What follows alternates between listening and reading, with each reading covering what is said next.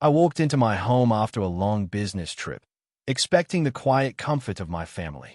Instead, I found a betrayal so complete, so calculated, it shattered my world and ignited a fire within me that would burn their lives to ashes.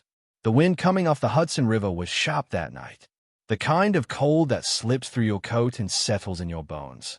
I had just landed at JFK after 3 exhausting days in Chicago, saving a deal that my husband Mark had nearly torpedoed with his arrogance.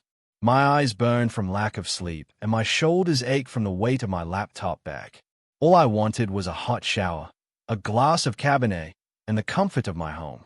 I wanted to tell Mark that I had fixed his mess, that the Sterling Fuentes real estate empire we had built over 22 years was safe for another quarter. I pulled the car into the driveway of our home in Greenwich, Connecticut. The living room lights were on, glowing brightly against the dark, frost-covered lawn. It was strange. Normally, the house was quiet by 10 p.m. Mark would be in his study, and my 21-year-old son, Jake, would be in his room playing video games or out with his friends. I opened the front door, dropping my keys into the bowl on the entryway table. The silence that greeted me wasn't peaceful. It was thick. It felt charged, like the air before a thunderstorm. "Hello," I called out, hanging up my coat. "Mark, Jake, I'm home." My mother's voice drifted from the living room. My stomach clenched. My mother, Carol, lived 40 minutes away. What was she doing here on a Tuesday night? A sudden panic seized me. Had something happened to my sister Jessica? Was someone sick? I rushed toward the living room, my heart hammering against my ribs. But it wasn't a medical emergency. It was a tribunal. They were all there, arranged on the designer leather couch I had chosen myself last Christmas. Mark sat in the center, impeccably dressed in a crisp white shirt, but he wouldn't meet my eyes. To his left was my mother, Carol, her posture rigid, her hands clasped tightly in her lap. To his right, Jessica, my youngest sister, and in the armchair next to them, my son Jake. The atmosphere was suffocating. No one was crying. No one looked sad. They looked resolute. "What's going on?" I asked, my breath catching. "Is everyone okay, Mom?" I took a step forward, but Jake stood up. He didn't come to hug me. He planted himself like a security guard blocking a door. He looked at me with eyes devoid of the warmth I had nurtured for 2 decades. "Mom, sit down," Jake said. His voice was cold, deeper than I remembered, stripped of all affection. "You need to listen, and you need to not make a scene." "Jake, you're scaring me. What is this?" "You need to accept a new reality," he continued, reciting words that sounded rehearsed. "You're not in charge of this family anymore." I looked at Mark. "Mark, why aren't you saying anything?" Mark finally looked up. His handsome face, the face that had been the public image of our company for years, was twisted into a mask of pity mixed with annoyance. "It's over, Eleanor. The charade is over." "What charade?" I felt like I was drowning on dry land. "Aunt Jessica," Jake said, gesturing to my sister. "She makes Dad happier now. Unlike you, she gets him." The world stopped spinning. I looked at Jessica, my little sister, whose rent I had paid for 6 years, whom I had hired when no one else would give her a job. She sat there, legs crossed, wearing a silk blouse that looked suspiciously like one missing from my closet. And then I saw it. Mark's hand was resting casually, possessively, on Jessica's knee. "We didn't want you to find out from a stranger." My mother, Carol, chimed in. Her voice wasn't apologetic. It was a lecture. "We wanted to do this as a family. Eleanor, you have to be realistic. You've been married to your job for years. Mark is a man with needs. He needs a wife who is present, not a business partner who sleeps with her laptop." "Mom," I whispered, the betrayal cutting deeper than any knife. "You knew about this. You're approving of this." "I'm supporting happiness," Carol said, lifting her chin defiantly. "Jessica and Mark share a connection. They love each other, Eleanor. It's not something they planned. It just happened. You can't punish them for falling in love." I looked at Jessica. She offered a small, triumphant smile. She tucked a strand of hair behind her ear and looked down. On her finger, glinting under the recessed lighting, was a diamond ring. Not a new ring. My ring. It was the vintage Art Deco diamond Mark had given me for our 20th anniversary.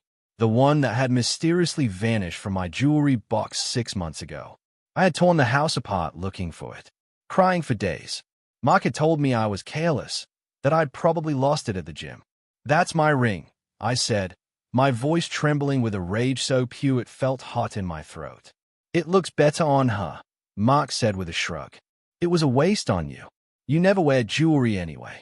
"We want you to move out," Jake said, breaking the silence again. "Dad's keeping the house. I'm staying here. It's better if you go. You create too much tension." My son, my boy, whose fevers I had nursed, whose college tuition I paid for by working 80-hour weeks, was kicking me out of the house I built. "You're choosing this?" I asked Jake, tears finally stinging my eyes. "You're choosing the woman who was sleeping with your father behind my back. She's your aunt, Jake." "She's not just my aunt anymore," Jake snapped. "She's the only one who really listens to me. You just throw money at me and tell me to study. Dad and Jessica, they treat me like an adult." I looked at the four of them. My husband, my sister, my mother, my son.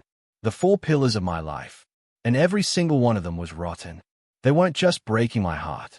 They were dismantling my existence with a cruelty that left me breathless. A wave of nausea hit me, but I swallowed it down. I would not give them the satisfaction of seeing me crumble. I would not scream. I would not beg. I straightened my spine. I looked at Mark, locking my eyes on his until he flinched and looked away. "You think you've won," I said, my voice quiet but deadly calm. "You think you can just rewrite history because you're bored and selfish." "Don't make a scene, Eleanor," Jessica said, her voice cloyingly sweet. "Let's be mature about this divorce." "Divorce?" I let out a short, dry laugh. "Oh, you have no idea what's coming."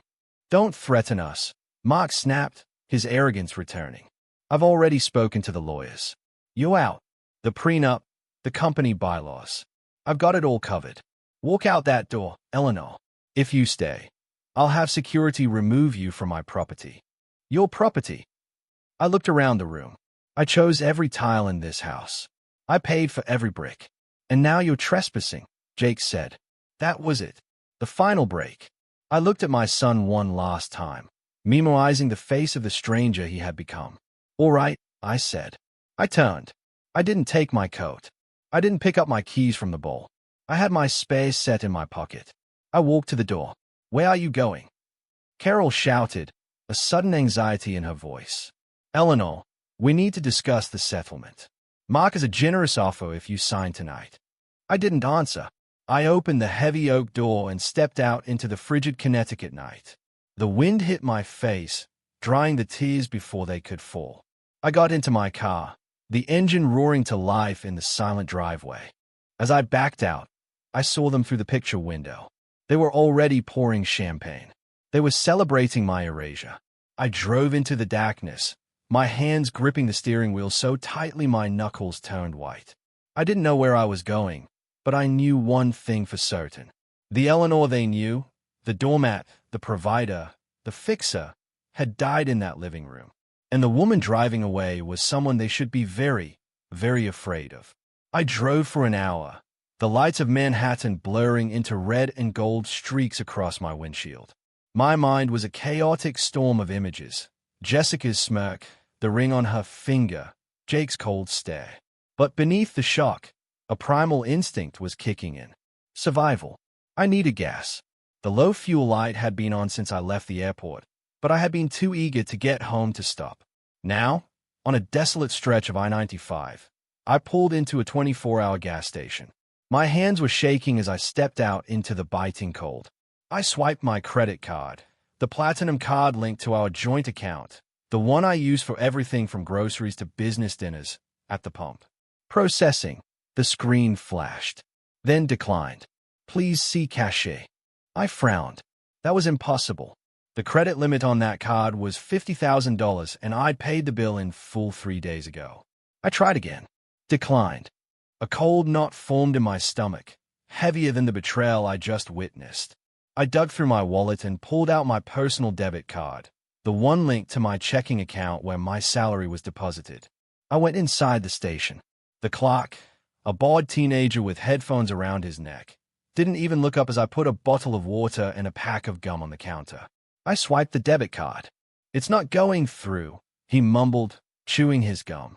"Try it again," I said, my voice tight. "There's money in there." He sighed and ran it again. "Declined. Insufficient funds or card blocked." "You got cash?" I stood there frozen under the harsh fluorescent lights. My banking app. I had to check my app. My clumsy fingers fumbled for my phone as I logged in. Access denied. User authentication failed. Please contact your branch. I tried the business account. Access denied. I tried the joint savings account. Access denied. Mark hadn't just kicked me out of my home. He had executed a financial kill switch. He had been planning this. You don't lock a co-owner out of business and personal accounts instantly unless you've laid the groundwork with the bank, falsely claiming fraud or changing administrative privileges days in advance. He wanted me destitute. He wanted me stranded in the middle of the night with no resources, so that I would crawl back and sign whatever generous offer Carol had mentioned. I rummaged through my purse, past the useless plastic, to the small zipper pocket at the bottom. I found 3 crumpled $20 bills and a handful of change. $60 something dollars. That was my net worth at this moment. I paid for $20 of gas and the water with cash. I got back in my car, shivering not just from the cold, but from the terrifying awareness of my vulnerability. I couldn't go to a hotel. I had no credit card for deposit. I couldn't go to my mother's. I couldn't go to Jessica's. I drove until I found a roadside motel with a flickering neon sign that read vacancy. It was the kind of place where truckers sleep for a few hours. The kind of place where the sheets smell like stale smoke and regret. "Pay in advance," the night manager said through bulletproof glass. $50 for the night. I handed him $50 of my remaining $60. He slid a key through the tray. Room 12. The room was freezing. The heater rattled and spit out air that smelled like burning dust. I sat on the edge of the sagging mattress, still in my expensive business suit, my coat pulled tightly around me. I looked at my phone. The screen was lit up with notifications. No apologies. No please come back. 118 missed calls. Most were from a number I recognized. Mark's personal lawyer, a shark named Richard Valentine. And then the emails started to arrive. Subject: marital dissolution agreement. Subject: urgent non-disclosure agreement required. Subject: notice of termination. Sterling Fuentes Realty. I opened the termination notice first. It was a PDF attached to an email from the head of HR. A woman I had hired. A woman I had mentored. "Dear Ms. Fuentes, effective immediately, your position as Chief Operating Officer is terminated for cause. Allegations of corporate espionage and gross negligence." I laughed. A harsh, raw sound in the empty room. Espionage. Negligence. I was the one who stayed until 3 a.m. auditing the books. I was the one who knew every zoning law in New York City. Mark didn't even know how to convert a PDF without asking for my help. And then a text message came through. It was from Jake. My thumb hovered over the screen, some small, foolish part of me hoping he'd snapped out of it, that he was sorry. "Mom, don't make this harder. Dad says he'll cut off my tuition and trust fund if you fight the divorce. He's promised me the VP position next year if I stick with him. You always told me to be ambitious. I'm just doing what you taught me. Please understand." I dropped the phone on the bed as if it were burning. That was the final erasure. Mark hadn't just taken my money and my job. He had bought my son's soul. He had used the wealth I helped build to bribe my own child against me. I curled up on the filthy bedspread, my knees pulled to my chest. The tears finally came, hot and fast. I cried for the little boy I used to read bedtime stories to. I cried for the sister I had protected on the playground. I cried for the husband I had believed in when he was nothing but a smile and a cheap suit. But as the night wore on and the tears dried into a crusty salt on my cheeks, something else began to settle in my chest. It was cold and heavy, like a stone. They thought they had erased me. They thought by taking away the credit cards and the passwords, they had taken away my power. They forgot one thing. They forgot who built the castle they were sitting in. They forgot who designed the security systems, who drafted the contracts, and who knew where all the bodies were buried. Mark thought Sterling Fuentes Realty ran on his charm. He was about to learn that it ran on my brain. And while he might have stolen the keys to the front door, he had forgotten that the architect always leaves a back door. I stared at the water stain on the ceiling, waiting for the sun to rise. I wasn't Eleanor the wife anymore. I wasn't Eleanor the mother. I was Eleanor the architect, and I was about to bring the whole damn house down. Sleep was impossible in that motel room. The roar of the highway traffic was a constant hum, but it was the noise in my head that kept me awake. The sharp, jagged memories replaying on a loop. To understand why I was lying on a dainty mattress with $10 to my name, I had to go back. I had to look at the foundations of my life and realize they had been cracked from the very beginning. I grew up in a small town in Pennsylvania, the older of two daughters. My father died when I was 7, leaving my mother, Carol, to raise us alone. His death broke something in her, or maybe it just revealed who she really was. She was a woman who needed to be adored, to be the center of attention, and she projected that need onto her daughters, or rather onto one of them. Jessica was born beautiful, even as a baby. She had golden curls and big blue eyes that made strangers stop on the street. I was plain, brown hair, serious eyes, sturdy. I was the responsible one. Jessica was the princess. I remember the day I turned 18. I had just received my acceptance letter to the Wharton School at the University of Pennsylvania on a partial scholarship. It was my ticket out. I'd worked 3 part-time jobs through high school, tutoring, waitressing, shelving books at the library, to save for the rest of the tuition. I ran into the kitchen, waving the letter. "Mom, I got in." Carol was at the table painting Jessica's nails. Jessica was 12 then, already demanding and petulant. "That's nice, Eleanor," my mother said without looking up. "But keep your voice down. Jessica has a headache." "But Mom, it's Wharton. It's the business program." Carol sighed, finally looking at me. Her eyes weren't filled with pride. They were calculating. "Eleanor, honey, we need to talk about that money you saved. My college fund. Well, Jessica has been scouted.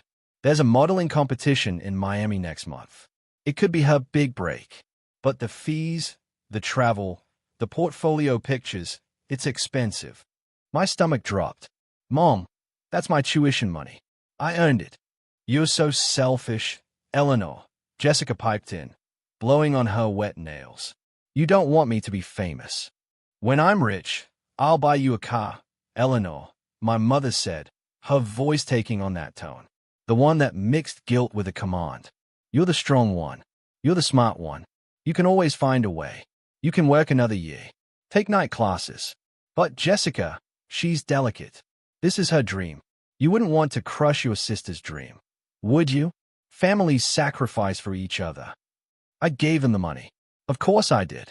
I had been conditioned for 18 years to believe that my value lay only in what I could provide for them. I was the scapegoat, the workhorse, the fixer. Jessica was the golden child, the star, the one who deserved to shine. Jessica went to Miami.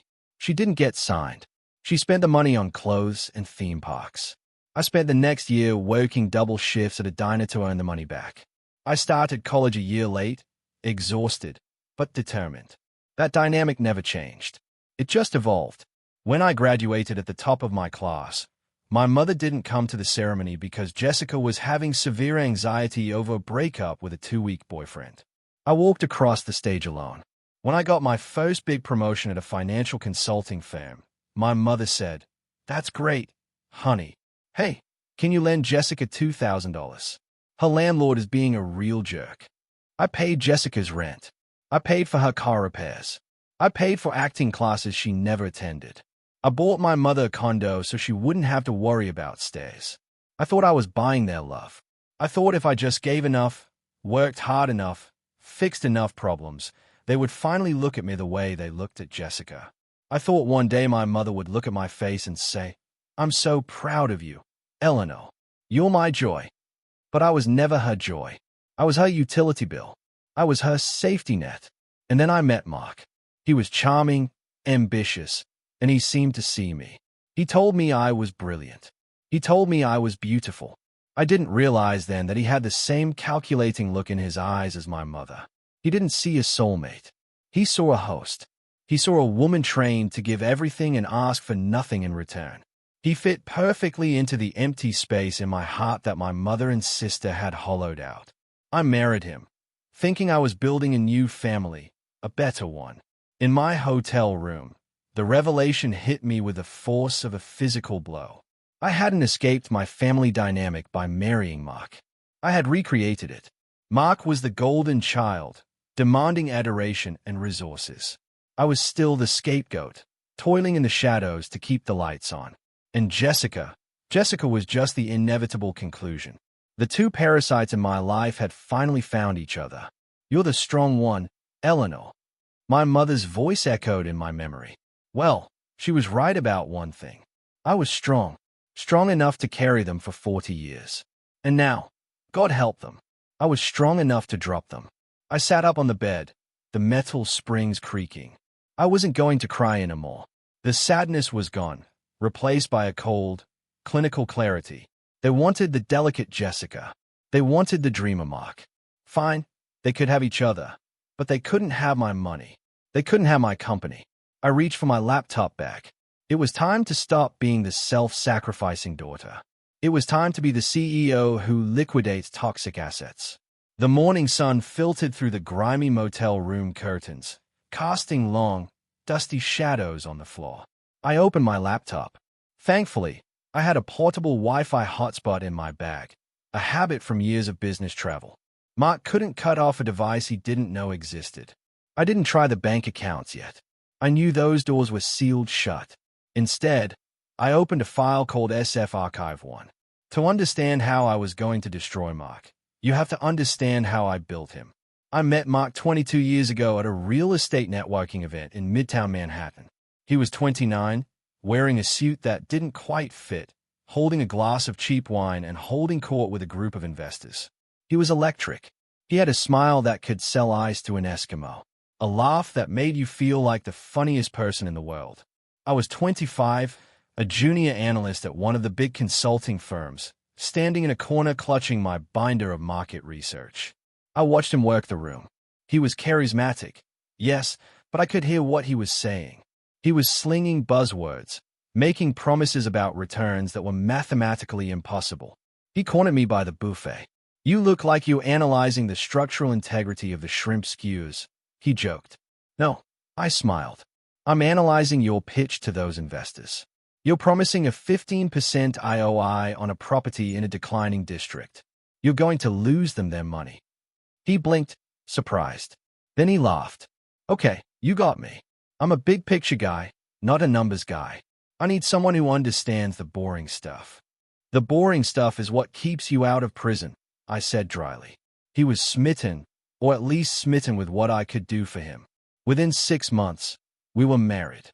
Within a year, we founded Sterling Fuentes Realty. The division of labor was set immediately. Mark was the face. He was the CEO. He took the client meetings, played golf with developers, and gave interviews to the Wall Street Journal and Forbes. He loved the spotlight, loved the title. I was the architect. I was the COO, but really I was everything else. I found the properties, negotiated the loans, managed the contractors, battled the city for zoning permits, did the taxes, the payroll, the legal compliance.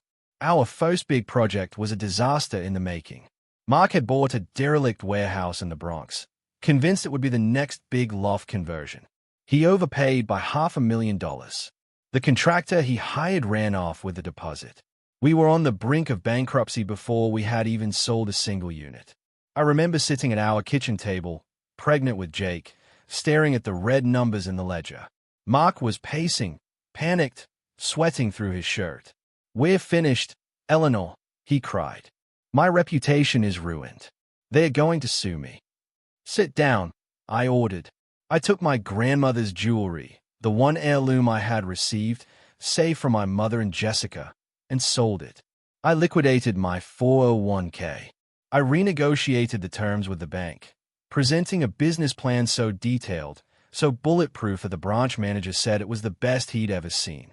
I fired Mark's buddy, who was acting as project manager, and took over construction oversight myself, walking through active building sites with a hard hat and a 6-month baby bump. We finished the project. We sold out in 3 weeks. Mark was hailed as a visionary in the business press. The headline read, "Mark Sterling, the new king of lofts." He brought the magazine home beaming. "Look at this, baby. We did it." He didn't mention me in the interview once. When I gently pointed it out, he kissed my forehead. "Sweetheart, you know how the media is. They're like a single narrative. Besides, you hate the spotlight. You're my secret weapon, the power behind the throne." I accepted it. I told myself it was for the family. I told myself that as long as the company succeeded, it didn't matter whose face was on the cover. I was a fool. For 20 years, I built the stage, set the lights, and wrote the script. Mark just walked out and took the applause. And the company grew. We expanded into commercial properties, luxury condos, mixed-use developments. We were worth hundreds of millions. But the company structure, that was my masterpiece. Mark was lazy with details. He hated reading contracts. He hated passwords. "You handle it, Eleanor," was his favorite phrase. So, I set up the digital infrastructure. I created the intricate web of LLCs to limit liability. I set up the automated bank transfers. And because Mark was paranoid about employees stealing from him, he insisted on a localized, highly encrypted internal server for our most sensitive financial data. He wanted a ghost access, a master admin login that could bypass all other protocols in case we ever got locked out or held hostage by the IT staff. "Only you and I will know the ghost access," he'd said. But Mark never bothered to memorize the complex 64-character string I generated. He wrote it on a Post-it, kept it in his desk drawer for a week, and then threw it away, assuming I would always be there to type it in for him. He was right. I was always there until yesterday. Now, sitting in the motel, I stared at the login screen for the Sterling Fuentes private server. The VPN tunnel was secure. Mark thought that by calling the bank and removing me as a signatory, he had cut me off. He thought by firing me through HR, he had revoked my access. He relied on the standard protocols. He relied on the front door. He forgot about the ghost access. My fingers hovered over the keyboard. I typed the character string. It was a line from a Robert Frost poem, mixed with the GPS coordinates of the first building we bought and the date Jake lost his first tooth. Mark knew none of those things. Authentication in process. Access granted. Admin level. The screen flooded with data. The entire Nova system of Sterling Fuentes Realty was opened before me. Emails, wire transfers, transfer logs, tax documents, private chat histories. I wasn't just looking at a company. I was looking at the crime scene of my marriage. I started downloading. I didn't want a few files. I wanted everything. Every email Mark had sent for the last 5 years. Every expense report. Every wire transfer to the Cayman Islands or Switzerland. And that's when I saw it. A folder labeled Project J. It wasn't a construction project. The J stood for Jessica. I opened the folder and the blood ran cold in my veins. This wasn't just an affair. This was grand-scale embezzlement. Dates, amounts, receipts. January 12th, $5,000 wire to Miller Consulting LLC, Jessica's maiden name. February 14th, $12,000 at Cartier. March 1st, $4,500 monthly rent for a luxury suite at the Plaza Hotel. He had been keeping Jessica like a courtesan on company money for 3 years. But it was even deeper. I saw wires to a shell corporation I didn't recognize. Orion Investments, LLC. The signatory on Orion wasn't Mark. It was Jessica, and the assets being transferred to Orion weren't just cash. They were deeds. Mark was slowly transferring the titles of our most valuable debt-free properties to a company owned by my sister. He was gutting Sterling Fuentes, preparing to leave me with the empty shell while he and Jessica walked away with the assets. I felt sick. This wasn't just replacing me as a wife. This was a grand heist. But as I scrolled through the documents, a cold smile touched my lips. Mark was a showman, not an architect. He didn't understand the paperwork he was signing. In his arrogance and Jessica's greed, they had made mistakes. Amateur, sloppy mistakes. They had forged my signature on the deed transfers. I could see it in the PDFs, a clumsy digital copy-paste of my signature from a different document. And on the Orion Investments operating agreement, Jessica had listed her permanent address. It was my address, the house I paid for. I had them. I had them dead to rights, but I couldn't strike yet. If I went to the police now, Mark would claim it was a clerical error. He'd pay a fine and bury me in litigation for years. He had money for expensive lawyers. I had $10. I needed to let them hang themselves. I needed them to feel secure. I needed them to think I was defeated, broke, and hiding in a hole somewhere. I closed the laptop. I had the blueprints for their destruction. Now I just needed to build the trap. By the way, if you're still with me and on the edge of your seat, make sure to hit subscribe. More unbelievable stories are coming, and trust me, you won't want to miss them. The digital evidence of Project J burned in my mind, forcing me to remember exactly how Jessica had infiltrated my sanctuary. It started 5 years ago, a time when Sterling Fuentes was booming and my guard was down. Jessica had just gone through her third divorce. Her ex-husband, a decent mechanic named David, had left her because she refused to work and spent his paycheck on designer bags she couldn't afford. She showed up on my doorstep with 2 suitcases and a tearful story that would have won an Oscar. He was abusive, Eleanor, she cried, throwing herself into my arms. I later learned abusive meant he had cut off her credit card. I have nowhere to go. Mom said you would help me. Carol called me 10 minutes later. Eleanor, you have that huge house with all those empty guest rooms. Let your sister stay for a few weeks. She just needs to get back on her feet. Family helps family. I agreed. I always agreed. 1 week turned into 6 months. Jessica spent her days by my pool, drinking my wine, and criticizing my landscapers. Mark at the time seemed annoyed by her presence. She's a freeloader, Eleanor, he'd complain. She treats our house like a hotel. I defended her. She's grieving, Mark. Give her time. Then came the request. I need a job, Jessica announced one night at dinner. I'm bored. I want to work for you guys. I nearly choked. Jessica, we run a commercial real estate firm. It's high pressure. What skills do you have for this? I'm good with people, she insisted. I can be. I don't know. Client relations. I can plan the parties. I can schmooze the investors. You guys are so serious. You need someone fun. No, I said. It was one of the few times I set a boundary. But Carol intervened. She drove 40 minutes to have coffee with me. Eleanor, this is Jessica's chance to be responsible. If you don't give her a job, she'll spiral. Do you want her living on your couch forever? Give her a salary. Let her move out.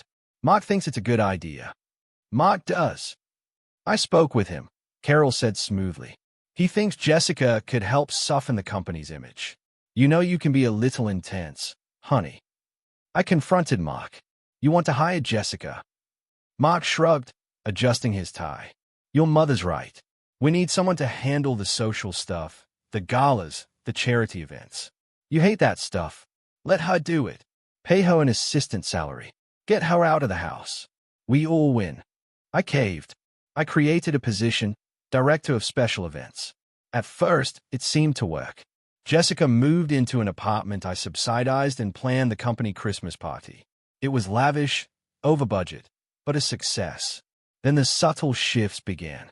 Jessica started coming to the office every day, dressed not in business attire, but in body-hugging dresses that were just on the edge of inappropriate. She would spend hours in Mark's office discussing event logistics. I'd walk by and hear them laughing. Whenever I entered the room, they would fall silent. What's so funny? I'd ask, feeling a prickle of unease. Oh, just a joke about a client, Jessica would say, smiling that saccharine smile. You wouldn't get it, Eleanor. It's an inside thing. She started joining us for business lunches. Then she started replacing me at them. Eleanor, you stay and finish the quarterly projections, Mark would say.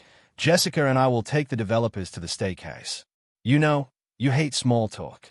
And I did hate small talk. I love the work, so I let them go.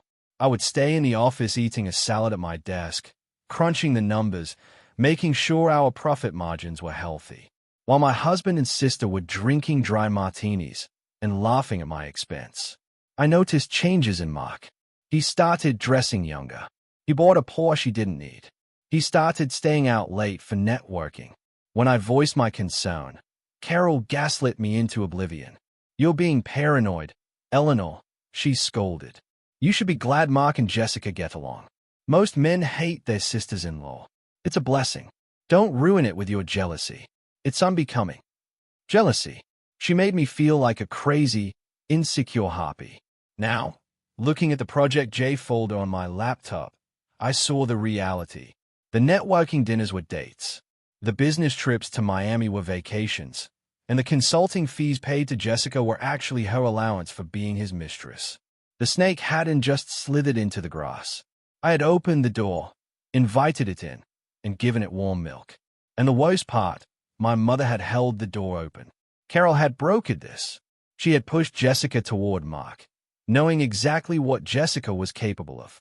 She wanted Jessica to have the life I had built because in her twisted mind, Jessica deserved the kingdom.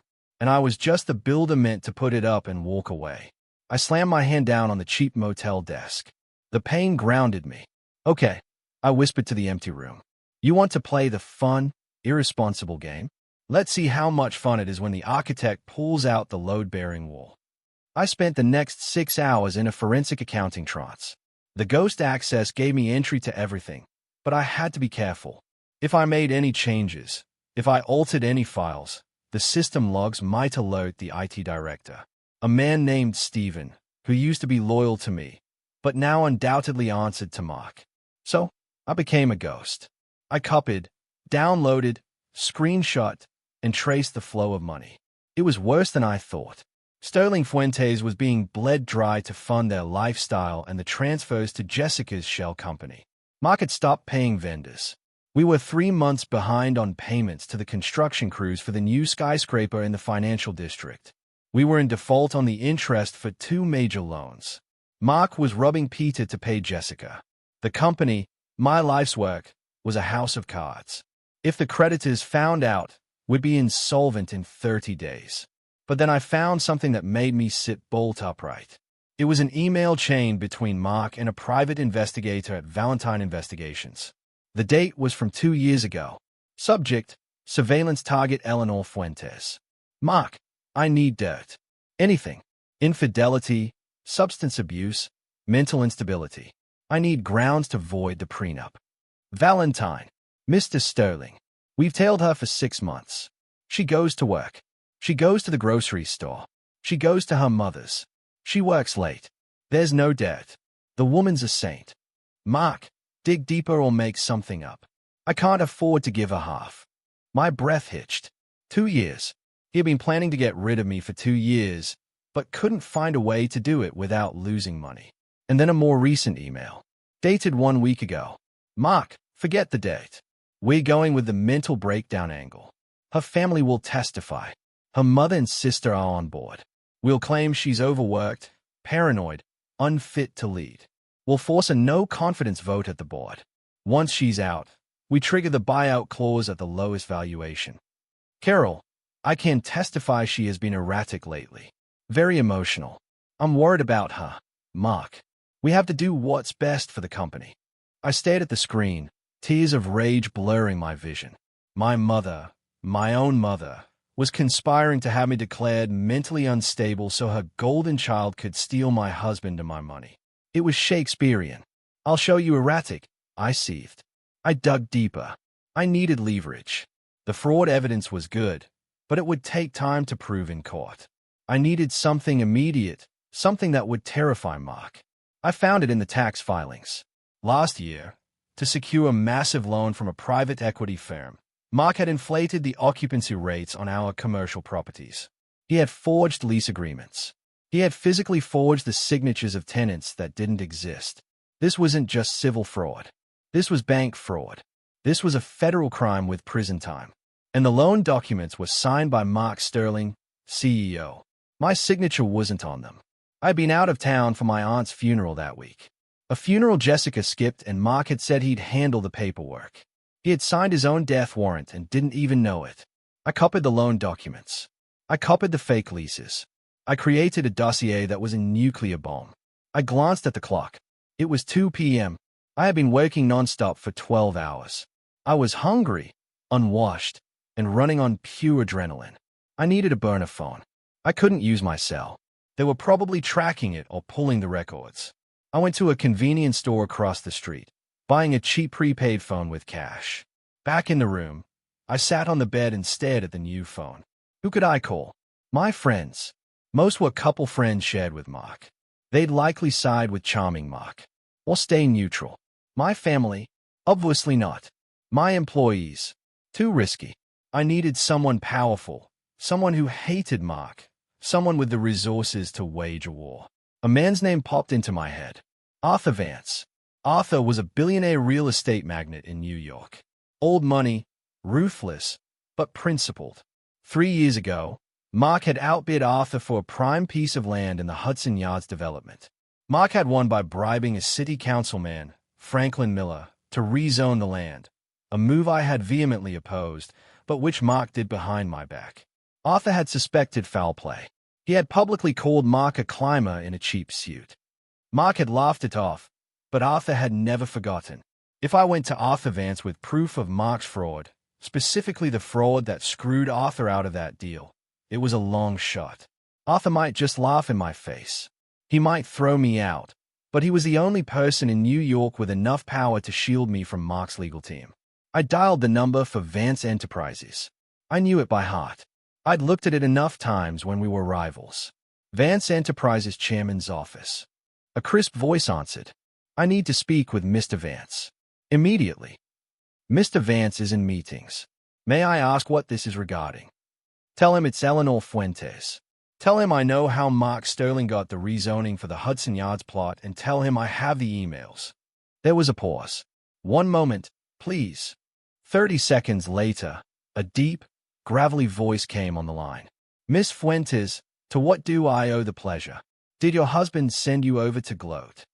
My husband just fired me, emptied my bank accounts, and moved his mistress into my house, I said, my voice steady. I'm not here to gloat, Mr. Vance. I'm here to burn him to the ground, and I thought perhaps you'd like to bring the marshmallows. Silence. Then a low chuckle. I'm listening. Before I went to meet Arthur Vance, there was one more wound I had to cauterize. One file I had been avoiding in the Sterling Fuentes database. Jake's trust fund. Jake was my weak spot, my Achilles heel. I had shielded him from Mark's narcissism his entire life. When Mark forgot Jake's birthday, I bought the gift and signed Mark's name. When Mark missed Jake's soccer games, I told Jake that Dad was working hard for our future. I had raised him to believe his father was a hero, covering up the reality that his father was a negligent egomaniac. I realize now that had been my greatest mistake. I had protected Jake from the truth, and in doing so, I had allowed Mark to buy his loyalty with lies. I opened the trust fund documents. Mark had recently amended the terms. Originally, the fund was to be paid out at age 25, conditional on college graduation.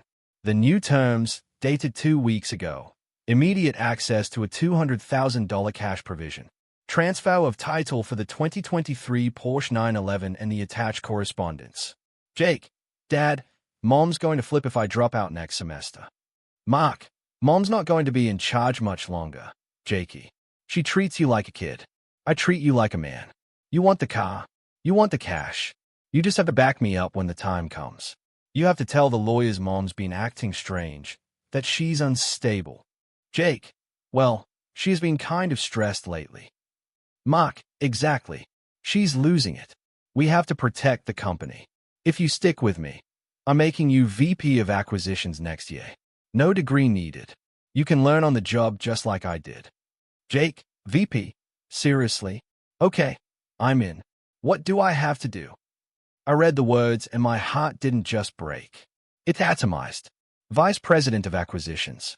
Jake was failing intro to economics. He spent his weekends playing video games and sleeping until noon. He wasn't qualified to run a lemonade stand, let alone a department in a multi-million-dollar company. Mark was setting him up to fail, stroking his ego to use him as a pawn against me. And Jake, my sweet boy, had sold his mother out for a Porsche and a title he hadn't earned. I remember the text he sent me last night. Dad says he'll cut off my tuition. He wasn't worried about tuition. He was worried about the easy money. I pulled up Jake's credit card statement, the one I paid. Liquor store, nightclub, online gambling site, nightclub, strip club. He was in a tailspin, and instead of parenting him, Mark was funding it to buy an ally. I picked up my burner phone. I hesitated.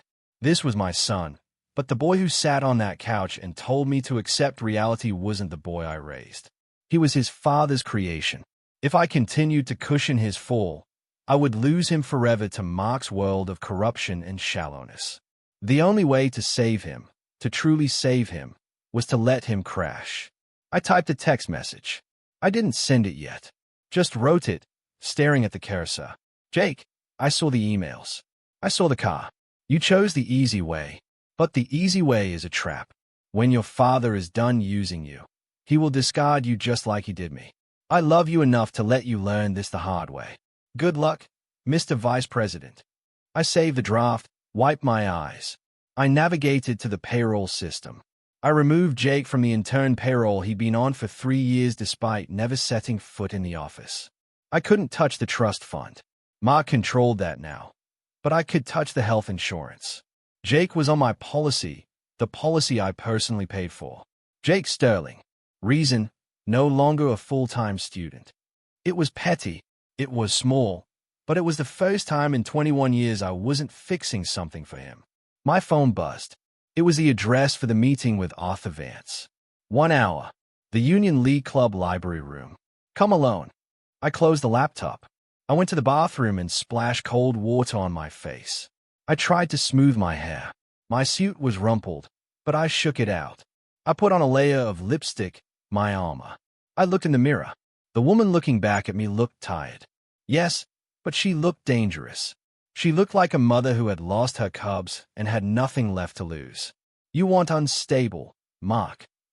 I said to my reflection, I'm about to show you an earthquake.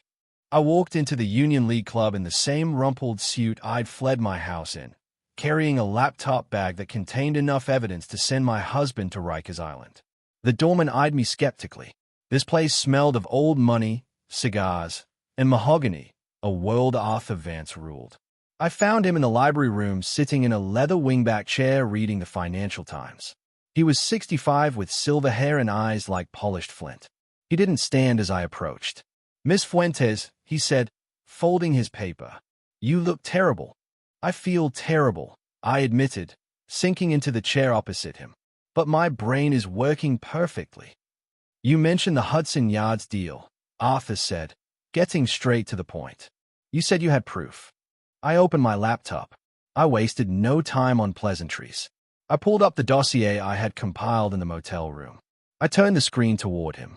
3 years ago, Mark outbid you for the Hudson Yards plot. You suspected he bribed the city councilman Franklin Miller. You were right. Arthur leaned forward, his eyes narrowing. Here is the wire transfer, I said, pointing at the screen. $50,000 to a shell company called Miller Management. And here are the emails between Mark and Miller discussing the expedited rezoning fee. Mark was sloppy. He used his personal email for the initial contact. Arthur scanned the documents. His expression didn't change, but the air around him seemed to grow colder. Why are you showing me this now? You were the COO. You profited from this deal. I didn't know, I said, my voice firm. Mark kept a second set of books. I found them last night after he threw me out of my house, froze my accounts, and moved my sister into my bed. Arthur looked up, a flicker of surprise crossing his face. His sister. And my mother is cheering them on, I added, a bitter laugh escaping my lips. It's a regular family reunion, and I'm the only one not invited. I took a breath. Mr. Vance, I didn't come here to gossip. I came here to make a deal. Mark is trying to destroy me. He's forged my signature on fraudulent loans. He's embezzling from the company. He's going to leave Sterling Fuentes a smoking crater. And you want me to save you? Arthur asked, raising an eyebrow. No, I want you to help me bury him. And in return, I will give you the Hudson Yards property. Arthur paused. Go on. Mark is over-leveraged. His cash poor. He's about to default on the construction loans. If you step in now as a white knight investor offering a bridge loan to save the project, he'll take it. He's desperate. And in the loan agreement, we include a collateral clause. If he defaults, which he will, because I know the real numbers, you take the assets, specifically the Hudson Yards deed. Arthur stared at me for a long moment. The silence stretched, thick and tense. Then a slow smile spread across his face. It wasn't a warm smile. It was the smile of a predator recognizing another predator. You're a vindictive woman, aren't you? Arthur said softly. I'm efficient, I corrected. Mark thinks I'm a scorned wife who's going to cry in a corner. He doesn't realize I'm the one who wrote his business plan. Arthur closed my laptop and pushed it back toward me. I like you, Eleanor. You have nerve. I always found Mark to be a peacock. All feathers, no flight. But you're a hawk. He pulled out his phone. I'm calling my personal counsel. He's the best litigator in New York. He'll represent you in the divorce, pro bono. Consider it an investment in our new partnership. Thank you, I whispered, relief flooding through me. And Eleanor, Arthur added, his eyes hard. Don't disappoint me. If we do this, we destroy him utterly. No mercy. No taking him back when he cries. He won't be crying, I said, thinking of Mark's smirk as he took my ring. He'll be screaming. Arthur nodded. Good. Now, let's get you a hotel room that doesn't charge by the hour. You can't plan a war if you haven't slept. That night, I slept in a suite at the Plaza Hotel, paid for by Vance Enterprises. I took a long bath, scrubbing the grime of the motel from my skin. As I lay between the clean, crisp sheets, I felt a profound shift inside me. For 20 years, I had been the fixer. I had smoothed over Mark's mistakes, cleaned up his messes, made him look good. I had been the invisible glue holding it all together. Now, I was going to be the solvent. I was going to dissolve everything he thought he owned. I picked up my Bonaphone and sent Arthur a one-word text. Ready. 3 days later, the trap was set. Arthur's lawyer, a terrifyingly calm man named David Qua, had drafted the divorce settlement. It was a masterpiece of legal misdirection. On the surface, it looked like a complete surrender. The proposal: Mark gets the family home. Mark gets full ownership of Sterling Fuentes Realty. Eleanor receives a one-time lump sum of $500,000, a fraction of what I was owed. Eleanor relinquishes all claims to future alimony. It looked like I was giving up. It looked like I was broken, desperate for cash, and just wanted to run away. Mark would love it. It fed his ego perfectly. But buried deep in the 60-page document, in Section 14, subsection C, paragraph 4, was the poison pill clause. In the event that either party to this agreement is found to have engaged in undisclosed criminal activity, fraud, or embezzlement during the marriage, or is convicted of a felony within 24 months of signing, this agreement in its entirety shall become null and void. In such an event, all assets, including 100% of company shares and real estate holdings, shall revert to the non-offending party as punitive damages. Mark never read the fine print. He paid lawyers to do that. But his lawyer, Richard Valentine, was lazy. I knew this because I used to pay his invoices. Valentine would skim contracts looking for the big numbers, the settlement, the alimony. He wouldn't be looking for a specific reversion clause buried in boilerplate liability language. I met Mark and his lawyer at Valentine's office. I wore no makeup, just an old sweater. I kept my head down, staring at the floor. I needed to sell the picture of the defeated woman. Mark strode in like he owned the world. He was wearing a new Italian suit and smelled of expensive cologne, probably a gift from Jessica. Well, look what the cat dragged in, Mark sneered as he sat down. I hope you're ready to sign, Eleanor. Jessica and I have wedding invitations to order. Just give me the check, I said, my voice quavering. I just want to be gone. Mark, I can't fight you anymore. Mark laughed, looking at Valentine. See? Told you she'd fold. She doesn't have the stomach for this. Valentine slid the papers across the table. Standard agreement, Eleanor. You walk away with $500,000 and a clean slate. Just sign here, here, and here. I picked up the pen. My hand was shaking. Part acting, part pure adrenaline. And Jake? I asked softly. Jake's staying with me, Mark said, leaning back in his chair. He's my VP now. We're going to build an empire together without your constant nagging. I felt a sharp pain in my chest, but I swallowed it. Okay, just take care of him. Sign the damn papers, Eleanor. I put my name on the line that seemingly signed away 20 years of my hard work. Then, Mark signed. He did it with a flourish. A big, arrogant M. Done, Valentine said, closing the folder. The check will be wired to your account tomorrow. Mark stood up, buttoning his jacket. He looked down at me with a smirk that made my skin crawl. You know, Eleanor, you should thank me. You were always too uptight for this life. Go live on a farm or something. Find yourself a nice librarian. Goodbye, Mark, I whispered as he walked toward the elevator. I could hear Mark laughing with Valentine. That was easier than I thought. She didn't even ask for the beach house. The elevator doors closed, cutting off his laughter. I leaned against the metal wall and let out a long breath. He had signed. The poison pill was active. Now all I had to do was prove the crime, and I already had the proof. I just needed the right stage to present it. And what better stage than a wedding? Mark and Jessica had announced the date. It was in 3 weeks. A whirlwind romance, they called it. They wanted to be legitimized before the spring gala season. 3 weeks. That was my deadline. I left the building and got into Arthur's waiting town car. He signed. Arthur asked from the back seat. He signed, I said, a genuine smile finally breaking through. He thinks he bought my silence for $500,000. He just signed away his entire life. Arthur poured me a glass of sparkling water. To the architect. To the demolition, I replied. The next 3 weeks were an exercise in masochism. I had to remain invisible while Mark and Jessica flaunted their victory all over New York.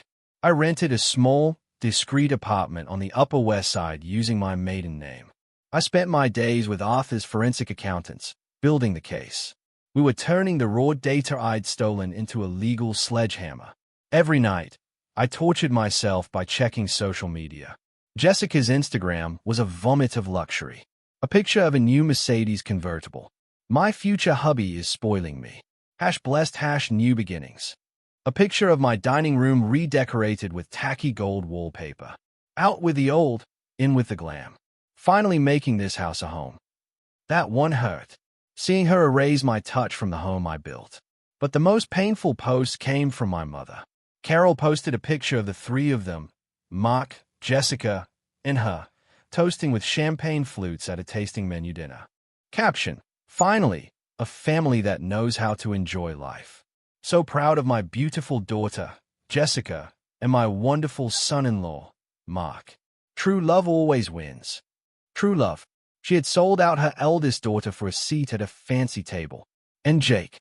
Jake was silent on social media, but I saw the credit card alerts from the secondary accounts I still monitored. The ones Mark hadn't found yet. Liquor Depot, $400.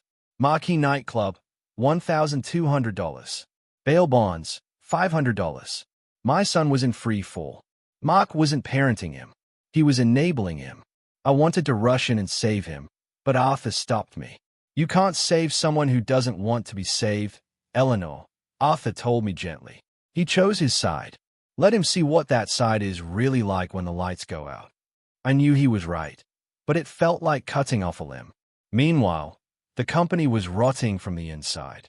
My moles, Sarah in accounting and James in project management, gave me daily updates. Mark hasn't been in the office past 2 p.m. in weeks, Sarah texted. Is letting Jessica plan a company rebrand. She wants to change the logo to pink and gold. Pink and gold, Eleanor, for a commercial real estate firm. Contractors are threatening to walk off the Hudson Yard site, James reported. Mark said the check is in the mail. It isn't. He used the construction money to pay for the wedding venue. Let it burn, I told them. Just document everything. Save every email where he tells you to delay payments. The wedding was to be at the Plaza Hotel in the Grand Ballroom. It was the most expensive venue in the city. Jessica had invited 300 people, investors, politicians, local celebrities. They wanted to cement their status as New York's new power couple. They wanted an audience.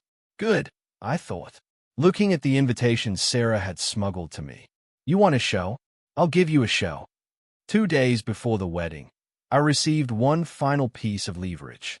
It came from an unexpected source. My phone rang. Unknown number. Hello, Eleanor. It's David. David, Jessica's ex-husband, the mechanic she had bled dry. David, I said, shocked. How are you? I'm okay. Look, I heard about what happened. What they did to you.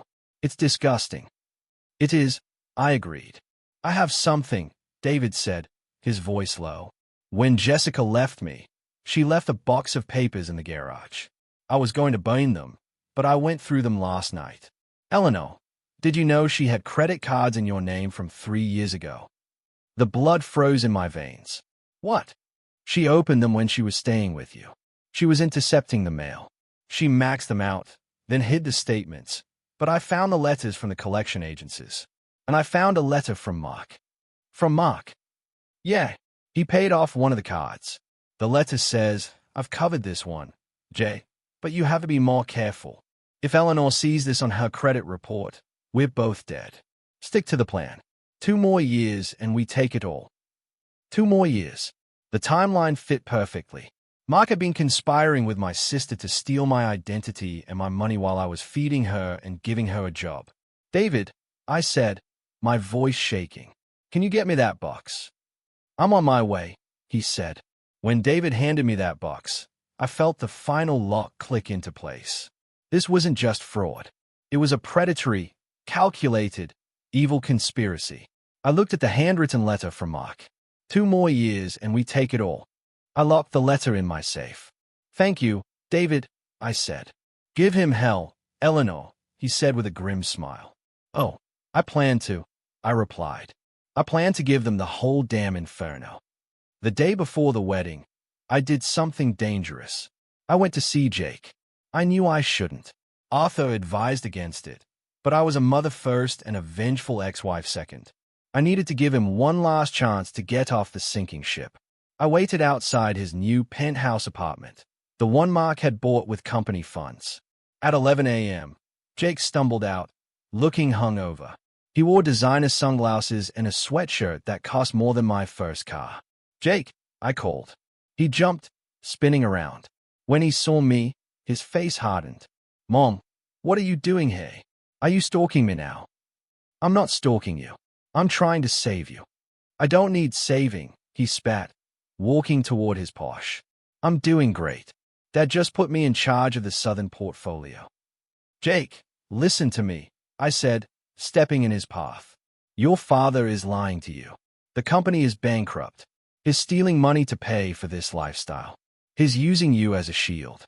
When the feds come, and they are coming, your name is on the documents. Jake laughed. It was a hollow, brittle sound. You're just jealous. You're jealous because Dad's winning and you're nobody. You're living in some dump, right? Dad told me. I'm living in reality, I said, my voice urgent. Jake, please don't go to the wedding tomorrow. Just say you're sick. Go away with your friends. Just don't be there standing next to him when it happens. When what happens? He challenged. You're going to crash it. You're going to make a scene. God, you're pathetic, Mom. Dad said you tried to ruin it. He called me pathetic. I felt the rage rise, but I pushed it down. Jake, look at me. I raised you. I know you. You are not this person. You are kind. You are smart. You are not a thief. I'm not a thief, he shouted, his face reddening. I'm a businessman like Dad. Dad is a fraud. I yelled back. And Jessica is a parasite. And if you stand with them, you will go down with them. Jake glared at me.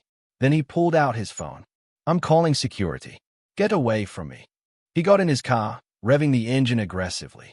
As he peeled out of the parking spot, he rolled down the window and yelled, Don't come tomorrow, Mom. Nobody wants you there. You're the past. I watched him drive away, my heart breaking all over again.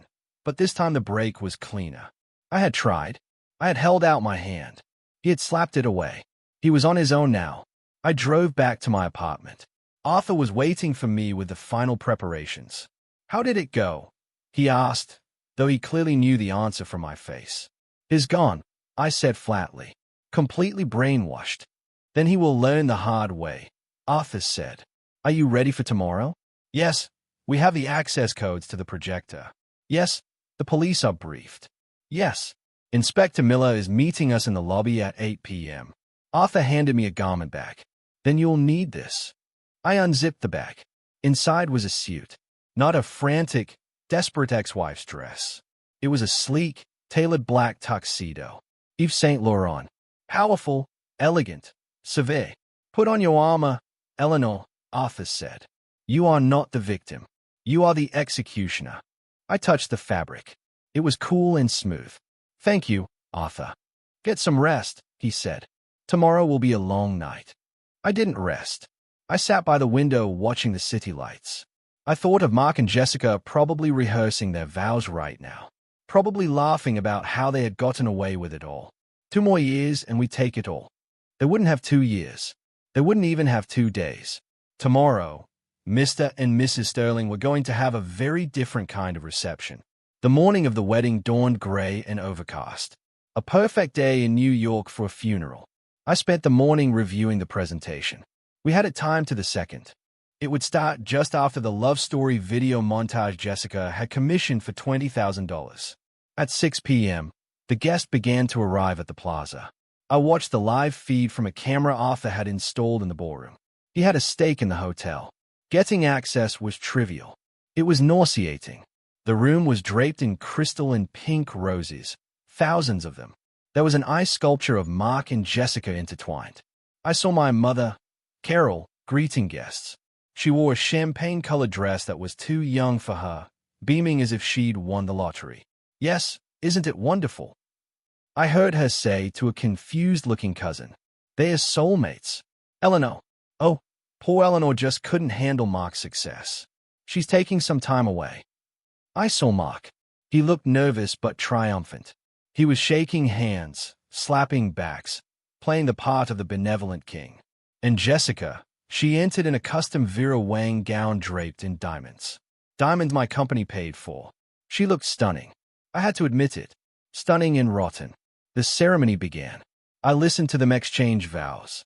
I promise to be your partner in all things, Mark said, looking deeply into Jessica's eyes. I promise to support your dreams and spend my life making you happy, Jessica cooed. I was sitting in the hotel suite upstairs sipping a black coffee.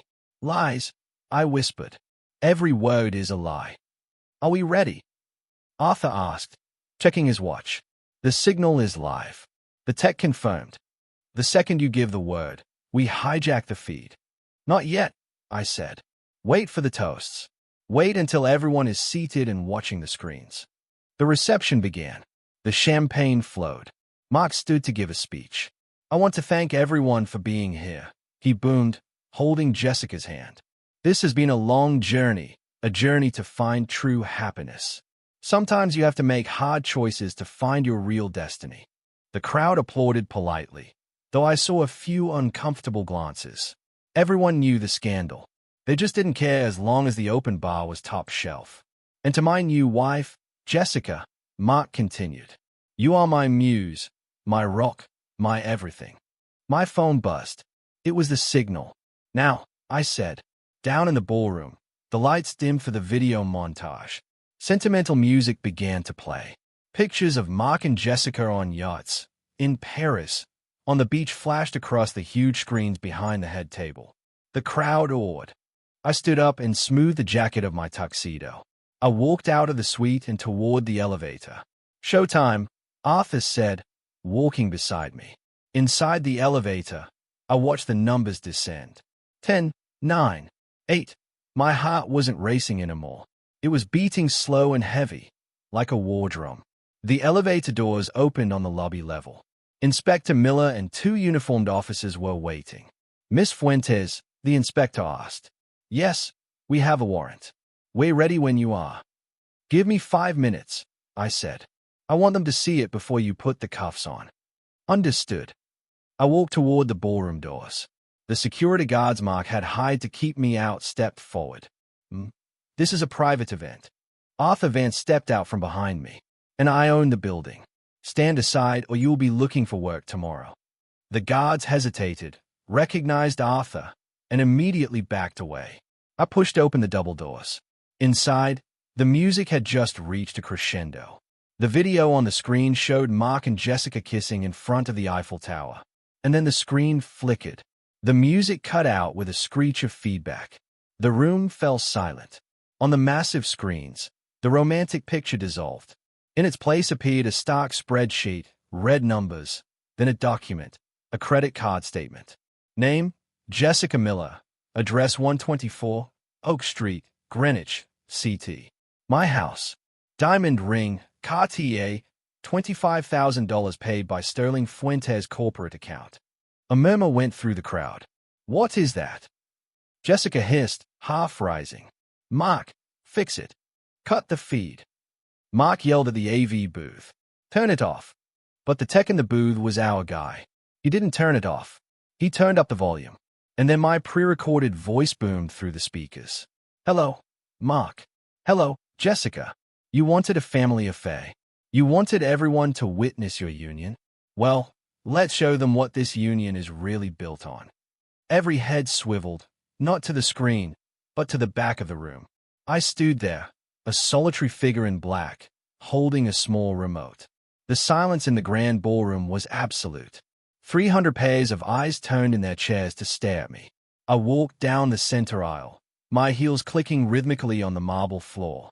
The black tuxedo made me look like a shadow against the sea of pink flowers. Mark was frozen at the head table, his face drained of all color. Jessica clutched her napkin to her chest, her mouth agape. My mother, Carol, looked like she was about to have a heart attack. Eleanor, Mark whispered, the microphone picking up his shaky voice. What are you doing? I didn't stop until I reached the center of the dance floor, directly in front of the head table. I looked at them. The people who had been my world now just small, frightened figures on a stage. I'm here to make a toast, I said, my voice projecting clearly without a mic. I held up the remote. I clicked it. The screen behind them changed again. This time it was the email chain between Mark and the private investigator. Mark, dig deeper or make something up. I can't afford to give her half. The crowd gasped. I saw investors, men Mark respected, men he needed, leaning in, whispering furiously. Turn it off. Mark screamed, lunging toward the DJ booth. Security, get her out of here. Sit down, Mark. Arthur Vance's voice boomed from the entrance. Unless you want to add assault to your list of felonies. Mark froze. He saw Arthur. He saw the police officers waiting in the shadows of the exit. This is fake. Jessica shrieked, tears streaming down her perfectly made-up face. She's jealous. She hacked the system. She's crazy. I clicked the remote again. A new document appeared. The forged loan application for the Hudson Yards project, the one with my signature clumsily pasted on. Is forgery crazy, Jessica? I asked calmly. Is bank fraud crazy? Because those are federal charges. And guess whose name is on the shell companies receiving the stolen funds? I clicked again. Orion Investments owner, Jessica Miller. I pointed at her. You're not just a mistress. You're a mule. Mark used you to launder $3 million. Did he tell you that? Did he tell you that when the IRS comes looking, they're coming for your signature? Jessica looked at Mark, her eyes wide with horror. Mark, you said it was tax optimization. You said it was legal. Shut up, Jessica. Mark hissed. Oh, don't stop him, I said, smiling coldly. Let him explain. Let him explain to our mother what he calls her. Click. The email appeared. Subject, the old woman. Mark just cut Carol another check from the J Fund. The old woman is greedy. As long as we pay for her condo, she'll keep Eleanor in the dark. She'd sell out her own daughter for a renovation budget. Carol made a sound that was half wail, half choke. She stood up, her hands shaking so badly she knocked over her champagne glass. Mark, she gasped. You called me that. After everything I did for you. I took your side. I betrayed my own daughter for you. And what did it get you, Mom? I said, looking at her with pity. A seat at a wedding that's about to become a crime scene. Mark looked around the room, his eyes wild. He saw his empire crumbling in real time. He saw investors getting up to leave. He saw waiters stopping to stare. He saw the end. You signed the agreement. He yelled at me, desperate. You signed it. You gave up everything. You can't touch the company. Section 14, I said simply. The poison pill. You committed a felony. The agreement is void and everything.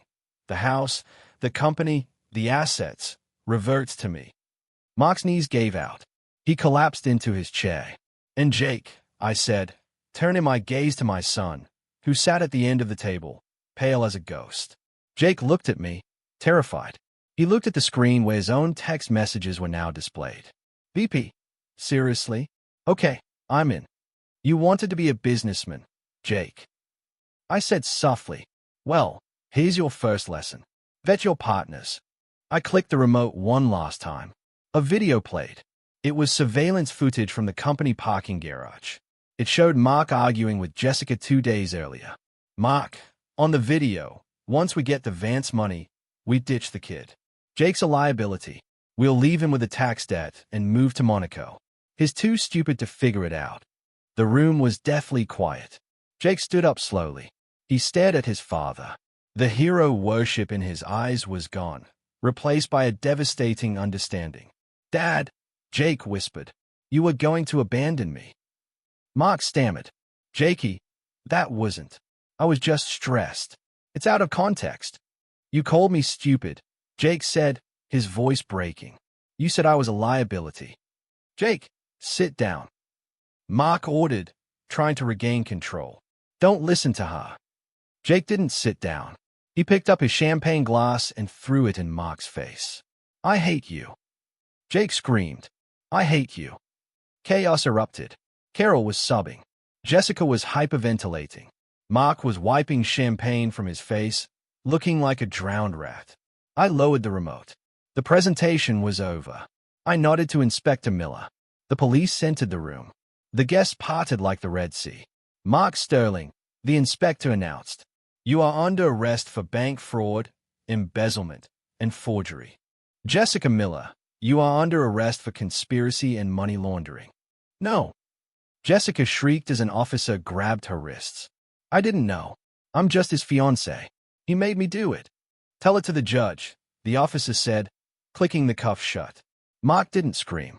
He just stared at me. As I cuffed him, he locked eyes with me. You ruined everything, he spat. You bitter, vengeful bitch. I walked up to him. I stood so close I could smell his fey. I didn't ruin anything, Mark, I said, my voice as calm as a frozen lake. I just turned on the lights. And you? You're just a cockroach that got caught. They dragged them away. The wedding guests stood in stunned silence. The only sound was Carol's weeping. I looked at the head table one last time. The cake was untouched. The flowers were perfect. The illusion was shattered. I turned to Arthur Vance. I believe I'm done here. Brilliant, Arthur said, offering me his arm. Absolutely brilliant. As we walked out, I didn't look back at my crying mother or my devastated son. Not yet. They had made their beds. Tonight, they had to lie in them. The days after the wedding were a media circus. The New York Post ran the story on the front page. Bridal doom. Real estate mogul arrested at Ulta. I gave no interviews. I let the evidence speak for itself. I moved back into my house 3 days later. The police had cleared it as a crime scene. It was strange walking back into the rooms I had designed. Jessica's things were everywhere. Tacky clothes, cheap magazines, half-empty wine bottles. I hired a cleaning crew. Throw it all out, I told them. Anything that isn't mine. Burn the sheets. Replace the mattresses. I wanted to scrub her DNA from my life. Mark was denied bail. The judge deemed him a flight risk because of the Monaco plan on video. He was at Rikers Island, trading his Italian suits for an orange jumpsuit. Jessica made bail, paid for by my mother, who had liquidated her retirement savings to get her baby out. But Jessica wasn't free. She was facing 5 to 10 years. Her face was all over the internet as the jail-bound gold digger. I walked into the offices of Sterling Fuentes, now solely mine. The employees greeted me with a mixture of fear and relief. We're rebranding, I announced at the first all-hands meeting. Sterling Fuentes is dead. Welcome to Phoenix Realty. They applauded. They knew who signed the paychecks. A week later, my mother came to see me. She looked 10 years older. Her hair was unkempt, her eyes red. She stood on my porch, shivering. "Eleanor," she said, her voice trembling. "Carol," I said, blocking the doorway. I couldn't call her mom. "Can I come in? It's so cold." "You can say what you have to say from there." She flinched. "Eleanor, please be reasonable. Jessica is terrified. She's just a girl. She didn't know what she was doing. Mark manipulated her." "Jessica is 40 years old," I said coldly. "She knew she was sleeping with my husband. She knew she was spending my money. She signed the papers. She's your sister." Carol wailed. "You can't let her go to prison. You have to drop the charges. Tell the DA it was a misunderstanding." "It wasn't a misunderstanding. It was a felony. If you do this," Carol seethed, her grief turning to familiar venom, "you are no daughter of mine. You are destroying this family." I laughed. It was a light, free sound. "Carol, you destroyed this family 20 years ago when you decided Jessica was the princess and I was the servant. You haven't come here to apologize. You've come here to ask me to fix it again. You want me to be the scapegoat one last time so Jessica can walk free. She isn't delicate. She's a criminal. And you're an accomplice. I saw the checks Mark wrote you. Consulting fees. You accepted money to help them manipulate me." Carol went white. "I'm not pressing charges against you, Carol," I said. "Not because I love you, but because I don't want the shame of seeing my mother in a mugshot. But you are dead to me. Don't call me. Don't come here. If you need money, ask Jessica." "Oh, wait. She's broke." I closed the door in her face. I watched on the security camera as she stood there pounding on the door, screaming my name. Then shoulders slumped. She walked away. It hurt. Of course, it hurt. But it was the pain of pulling out a splinter. Shock, then relief. Then there was Jake. He hadn't called, hadn't come by. I knew he was sleeping on a friend's couch because the authorities had seized the penthouse and the posh. I waited. I knew he had to come to me on his own terms. 2 weeks later, he showed up at my office. He looked terrible. He'd lost weight. He was wearing old jeans and a t-shirt. No designer sunglasses, no attitude. "Mom," he asked from the doorway. I looked up from my desk. "Hello, Jake." He came in and sat in the chair opposite me. He stared at his hands. "I'm sorry," he whispered. "I was stupid. He made me feel important. He told me I was better than college. He told me you were holding me back. And you believed him because it was easier than working," I said, gentle but firm. "Yeah," he admitted, tears dripping onto his jeans. "I saw the video. He called me a liability. He was going to abandon me. I have nothing, Mom. They took the car. I have no money. I need help." I looked at my son. I wanted to hug him. I wanted to write him a check and fix everything. But I was the architect now. And you don't build a strong structure on a cracked foundation. "I love you, Jake," I said. "But I am not giving you any money." He looked up, terrified. "But where will I live?" "I don't know. That's for you to figure out. Mom, please." "Here's the deal," I said, sliding a piece of paper across the desk. "This is a student loan application, and this is a job application for the mailroom at Phoenix Realty. Minimum wage. You start at the bottom. You finish your degree at night." "The mailroom?" he asked, shocked. "Take it or leave it. If you want to be a man, Jake, you earn it." He looked at the papers. He looked at me. He saw the resolve in my eyes. Slowly, he reached out and picked up the pen. "Okay," he said, his voice shaking. "I'll take the job." "Good," I said. "Report to Sarah in HR. She'll get you an ID badge. Don't be late." He stood up. He looked at me. He really looked at me for the first time in years. "You're scary, Mom," said a hint of awe in his voice. "I know." I smiled. "Now get to work." The trial was short. The evidence was overwhelming. Mark Sterling pleaded guilty to avoid a 20-year sentence. He got 8 years in federal prison plus restitution. He looked gray and defeated in the courtroom. He didn't look at me once. Jessica took a plea deal. 3 years in prison for fraud. She sobbed when the gavel fell, looking at Carol in the gallery, screaming, "Mom, do something." But Carol could do nothing. Carol was living in a studio apartment, subsisting on Social Security, having lost her allowance and her pride. I sat in the back row in my black suit. I watched justice be done. I didn't feel joy. I felt peace. The balance sheet was finally correct. A year later, I was in my office on the 40th floor overlooking Park Avenue. The Phoenix Realty sign on the wall behind me was a sleek silver and blue with no trace of pink. The company was thriving. We had just closed the Hudson Yards deal with Arthur Vance. He was putting in a mixed-use development, luxury condos, yes, but also affordable housing units and a community center. My phone buzzed. Jake. Hey, Mom.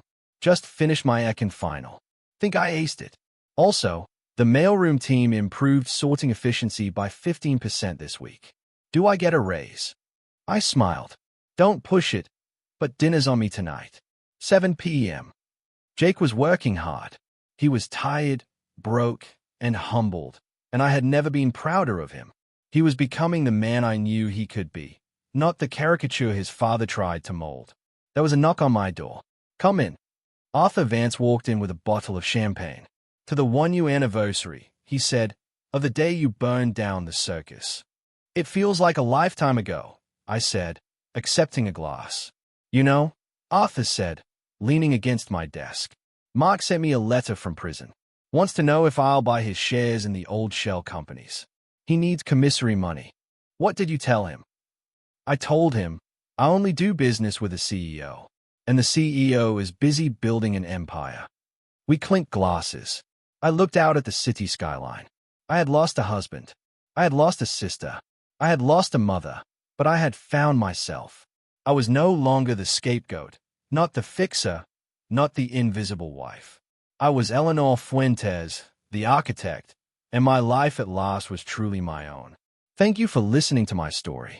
It hasn't been easy to relive, but if my journey can help just one person stand up to the toxic people in their life, then it has been worth it. Family isn't always blood. Family is the people who respect you, who value you, and who stand by you when the storm hits. If you're holding on to someone just because they are family, but they are hurting you, let them go. You are strong enough to build something new. Tell me in the comments, what would you have done if your entire family betrayed you like mine did?